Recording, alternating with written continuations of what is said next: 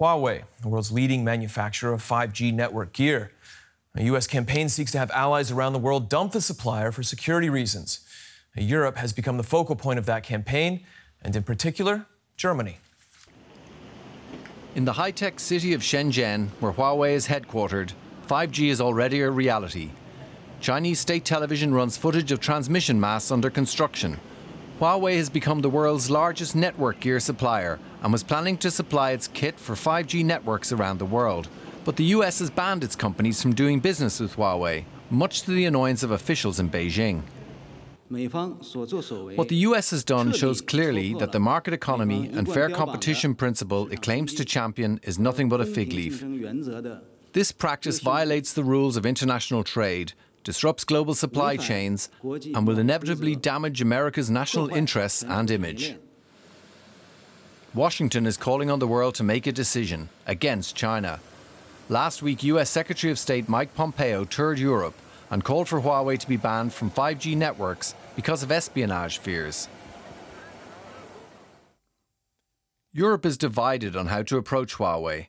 Some countries are lining up with the US and restricting Huawei or not using its 5G technology at all. Others are using Huawei's 5G gear. And others are still undecided. The Eurozone's biggest economy, Germany, has so far avoided the decision. It feels caught in the middle. Both the USA and China are important trading partners. Berlin doesn't want to ruffle anyone's feathers. And for more on this, I'm joined by Isabel Skierka. She's a cybersecurity and digital policy researcher at ESMT Berlin. Isabel, thanks for joining us. Should Europe be concerned about Huawei as a network supplier? What do you think? I think Europe should think about dependencies in the long term, and in that sense, yes, it should be concerned about who it chooses to equip 5G networks strategically, because those networks are critical infrastructures for the next 20 years and will determine the fate of our future industry. Moreover, there are European suppliers who would be available as well, so we might rather be dependent on European suppliers than Chinese ones. There are also some security risks about Huawei, which are not completely confirmed, but the laws in China allow the Chinese government to take influence over Chinese companies, and security agencies can force it potentially to cooperate on espionage or sabotage. All right, so some good technical points about using Huawei as a supplier. Is that technical discussion now being dwarfed by a larger political discussion and this tug-of-war between the US and China? Yes, it's a very political discussion. It's also a geopolitical discussion. China and the US are basically fighting over dominance, geopolitical dominance in the world.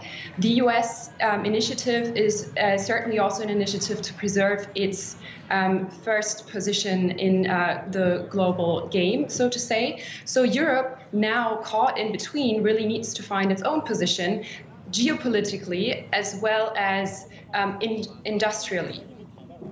And the focus is really falling on Germany. Can Berlin really afford to sit on the fence on this issue for much longer?